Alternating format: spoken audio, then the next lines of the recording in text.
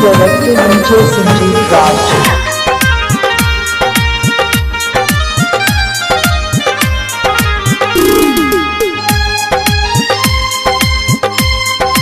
गाना किसी को रहेगा पर धमाका डीजे संजीव राज को रहेगा।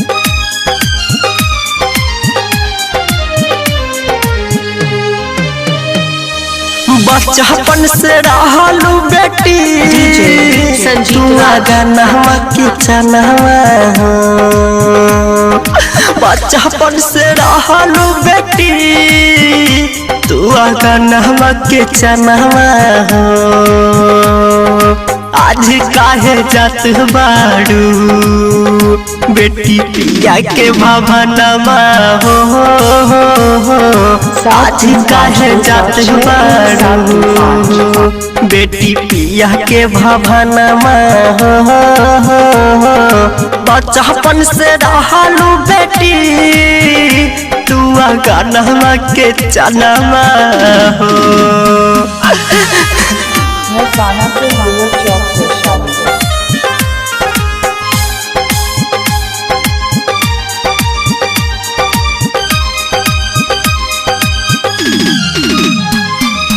फटेला करे जावा बेटी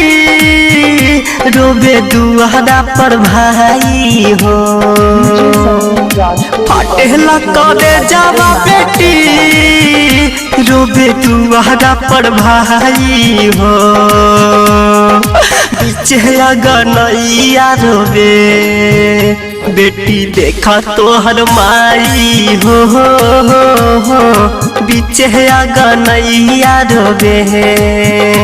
बेटी देखा तोहर माई हो बचपन से रहलू बेटी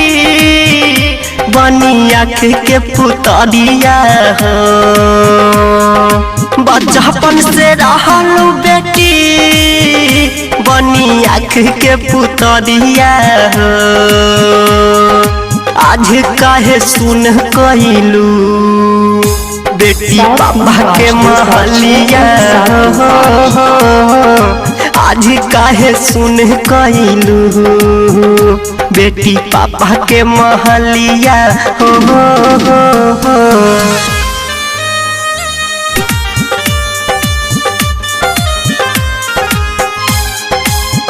मैं गाना के मानो चौक से शामिल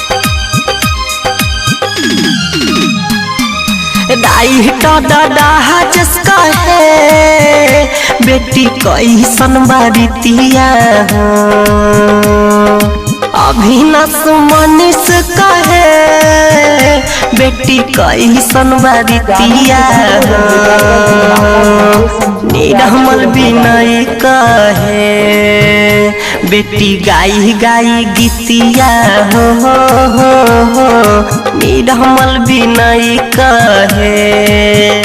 देखा गाई गाई गीतिया हो सोनू गौतम सत्या कहे कैसन बारितिया हो